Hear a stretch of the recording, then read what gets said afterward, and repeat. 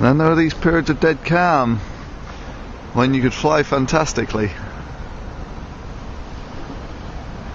And as you can see, there is really not much in the way of takeoff or landing here, so almost straight away you're out over the wide water with essentially no chance of recovery in the icy Pacific waters around here. And the Coast Guard's just around the corner, and there's some sort of restricted area there. So, all in all, an interesting place to try and fly. I'm going to hang around a bit, see if the wind dies down some, or the gusts die down some. As you can see, every now and again you get these sort of really quite strong winds. This is not too bad at the moment. I could fly in this no problem. Every now and again you get these big strong gusts of 30 miles an hour, which would play hell with a plane like this. You know, they would just take it wherever it wants to go. But anyway, as you can see, if I could get into the air, it would be fantastic. Come on, lift off, lift off. It's getting there, it's getting there.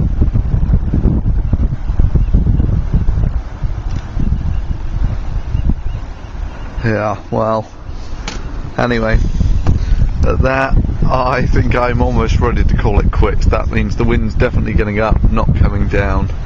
And an experienced flyer could fly on this with probably little trouble. However, I'm not an experienced flyer, nor is the plane really a flying plane. It's more of an aerial video platform with fairly rudimentary controls. So it's the only controls on the plane. It's got, if you the real way to look at the plane, of course, is the wings here produce the lift, right? So that's a vector coming up here, right? That's what the wings do. Then what you've really got is the tail. It's actually a long stick. It's a long stick with a relatively small control surfaces, but the control surfaces don't need to be terribly big, because what you're really doing here is it's a long fulcrum for actually moving it up and down. So all the elevator really does is pitch the plane up or down, and similarly all the rudder really does is torque it left or right. Most planes also have, right, so the way you actually turn it is with the rudder, which puts a twist on the plane, which usually pitches it some. Most flying planes have ailerons as well, which, you know, one moves up, one goes down, and they're very good at twisting the plane. So they're what you really need if you're going to fly in windy conditions, but you need to be experienced enough to use them. I'm really much more of a sort of noob flyer who flies aerial video platform in stable conditions in crazy places. So if you can actually get your ailerons going, you could probably fly in this without too much trouble.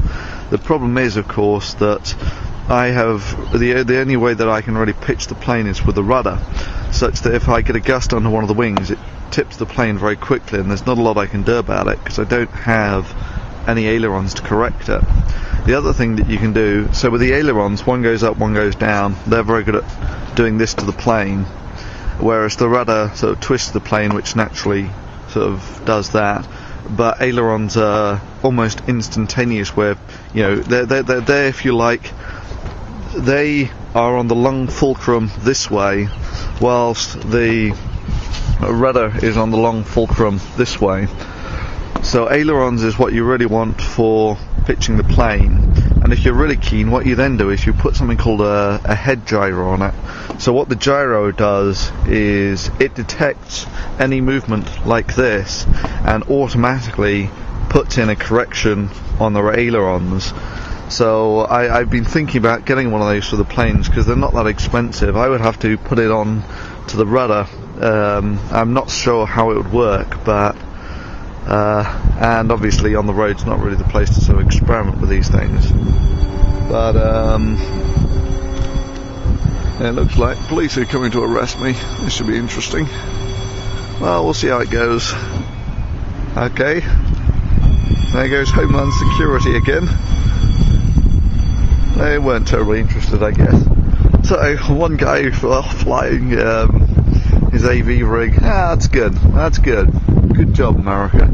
You know, I mean, there's nothing worse than paranoia making you harass your own citizens. Okay, this is just a brief explanation of how I've mixed up the controls. So that does the elevator, that does the rudder. This guy is now exclusively for the video camera control, so obviously left, right, up, down. That's much better than actually having throttle on here and left and right, because that means it's very hard to actually do left and right whilst keeping the throttle the same. And I've now moved throttle over to this little rotating switch here. Now that means I've only got one channel left on this thing, who doesn't actually do anything at the moment. It's a simple binary switch. And this really works quite well, but of course you've got no real potential for putting ailerons on the plane. You would need another sort of gimbal. And this, like I say, is a $70 radio, although I can't find anywhere you can buy them anymore. But the thing is, to actually get a better radio than this that would actually do the job, you'd be into something like these Futabar 9Cs, which are the best part of $500, which to control a simple park flyer seems a little much. Anyway, so this actually works quite well. So usually that's about level for the plane, that's looking down. So usually this left and right usually mirrors left and right here. So I guess you could, if you were keen, marry this channel to this one. But of course, there are times when you actually want to just look left and right whilst you're flying along level. So it's tricky. And this one's just a mixer switch, he doesn't do anything. That's a switch gives you more range on your servos, and that completely choo-choos the controls. So if I flip that one, it means the engine's either on full throttle or not at all, so he's got to be off. So I mean, there is possibility for I could have something here for the gyro where I either turn it on or off. Now if I'd been a hero, had actually driven on for another hour in the night, I could have been here at the crack of dawn, and judging by how the winds got up, that would have been a really good time to fly. The mist might have been now lower, which would have made things awkward, but now there's a sort of constant 20 mile an hour wind gusting up to 30, maybe even 35, and this, for me and my little foam plane, is just beyond the pale. And whilst I don't think the bridge patrol are particularly bothered about me, if I start crashing my plane into their barriers and such like, they might pay more attention. However, it's far more likely that the plane would just end up as something for the gulls to float around on. So, much though I hate to say it, this looks like more or less the end for my... I sneeze.